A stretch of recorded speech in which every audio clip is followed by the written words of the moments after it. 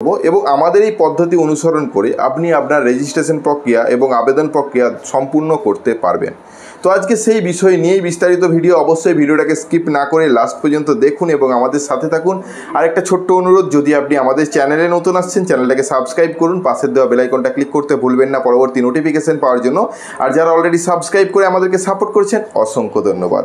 যেহেতু আমরা রেজিস্ট্রেশন থেকে শুরু করে অ্যাপ্লিকেশন ইনস্টল থেকে শুরু করে আবেদন পদ্ধতি নিয়ে আলোচনা করছি, সেহেতু আমরা এই সম্পূর্ণ বিষয়টাকে তিনটে পার্টে আলোচনা করব। প্রথম পার্টে রেজিস্ট্রেশনটাকে কিভাবে করবেন, যেখানে আধার ওটিপি, মোবাইল ওটিপি সম্পূর্ণ ব্যবহার করে, যেখানে একটা রেজিস্ট্রেশন নম্বর জেনারেট হবে ওটিআর তৈরি করার জন্য বা ফেস অথেন্টিকেট ব্যবহার করার জন্য। তার পরবর্তীতে কিভাবে অ্যাপ্লিকেশন ইনস্টল করবেন, সেই অ্যাপ্লিকেশনে কি কাজ করতে হবে সেটা নিয়ে একটা আলাদা ভিডিও বানাবো, এবং কিভাবে লাস্টে আবেদন করবেন সে নিয়ে আলাদা একটা ভিডিও।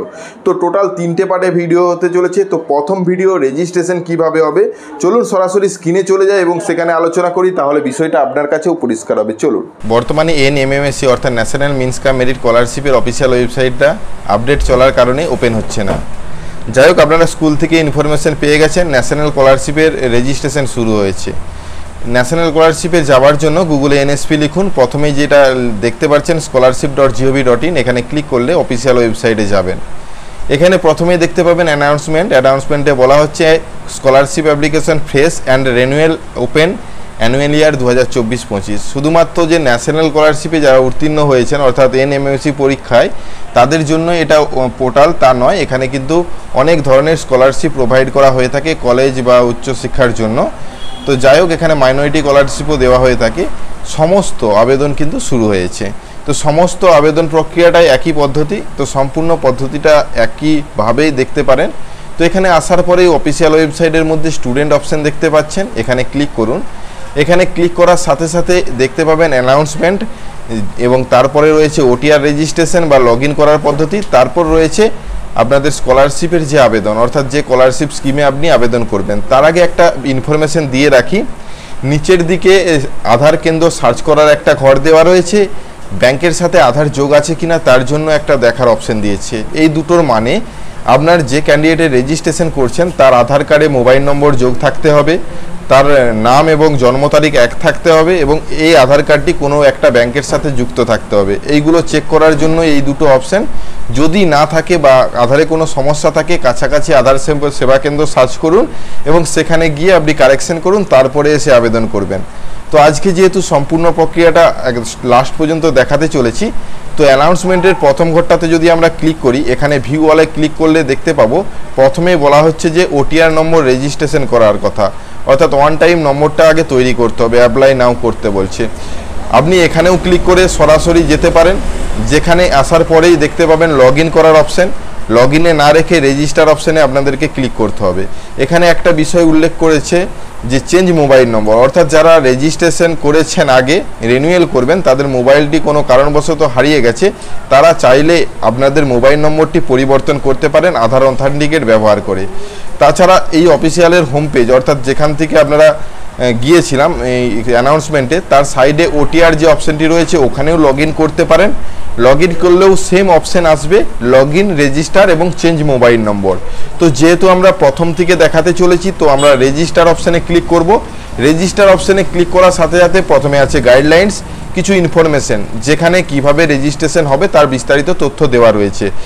নিচে যে টার্ম অ্যান্ড কন্ডিশনগুলো রয়েছে এগুলোকে এগ্রি করবেন, নেক্সটে ক্লিক করবেন।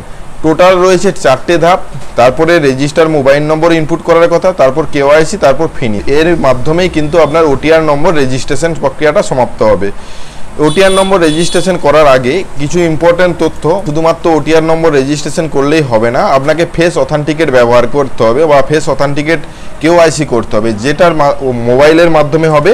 আপনাকে দুটো অ্যাপ্লিকেশন ইনস্টল করতে হবে, যেটা আধার ফেস ID আর NSP OTR নামে দুটো অ্যাপ্লিকেশন।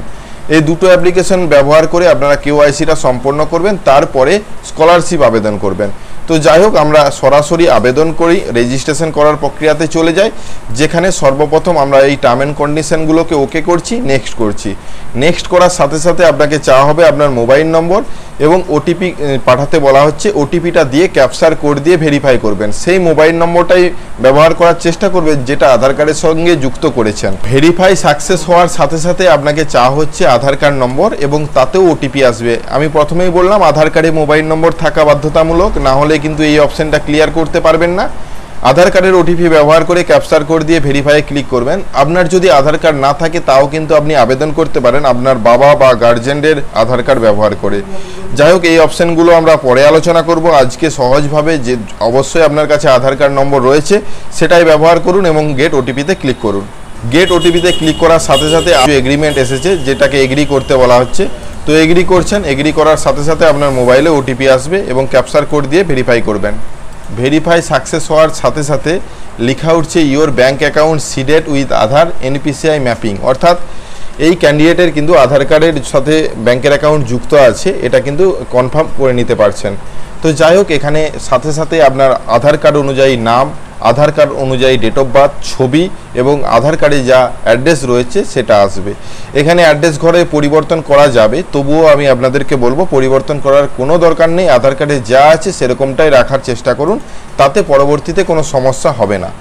নিচের দিকে এন্টার ডিটেলস, অর্থাৎ মায়ের নাম চাওয়া হচ্ছে, বাবার নাম চাওয়া হচ্ছে, ইমেল আইডি চাওয়া হচ্ছে এবং ইমেল আইডিটা দেওয়ার পরেই ক্যাপচার কোড দিবেন। ক্যাপচার কোড দিয়ে নিচের দিকে সাবমিট করবেন। ফিনিশ অপশানে ক্লিক করার সাথে সাথে আপনাকে দেখিয়ে দেওয়া হয়েছে 8 দিয়ে একটা রেজিস্ট্রেশন নম্বর, অর্থাৎ এটা কিন্তু অনেকের মোবাইলেই মেসেজ এসেছিল, এটা রেফারেন্স নম্বর। এই রেফারেন্স নম্বরটা ব্যবহার করে মোবাইলে যে কাজটি করতে হবে সেটা সমাপ্ত করতে হবে। এই সমাপ্ত করার কাজটা কিন্তু সম্পূর্ণ মোবাইলে। এর পরবর্তীতে যে মোবাইলে কিভাবে করবেন সেটা আলাদাভাবে ভিডিওটা আসছে এবং সেটা সম্পূর্ণ দেখুন, তাহলে বিষয়টা আপনি বুঝতে পারবেন। আর একটা কথা জানিয়ে রাখি, মোবাইলের যে প্রক্রিয়াটা সেটা ভালোভাবে করবেন এবং একটা পুরনো ফোন হলে চলবে না। এখন যে লেটেস্ট ভার্সনের ফোনে এই অ্যাপ্লিকেশন দুটো ইনস্টল করবেন। কি কি অ্যাপ্লিকেশন, কিভাবে প্রসেস করবেন, সম্পূর্ণ বিষয়টাই আমাদের এই চ্যানেল থেকেই দেখতে পাবেন। আশা করি আজকে যে বিষয় নিয়ে ভিডিওটা ছিল সম্পূর্ণ ভালোভাবে বুঝতে পেরেছেন। যদি ভিডিওটা ভালো লাগে লাইক এবং শেয়ার করতে ভুলবেন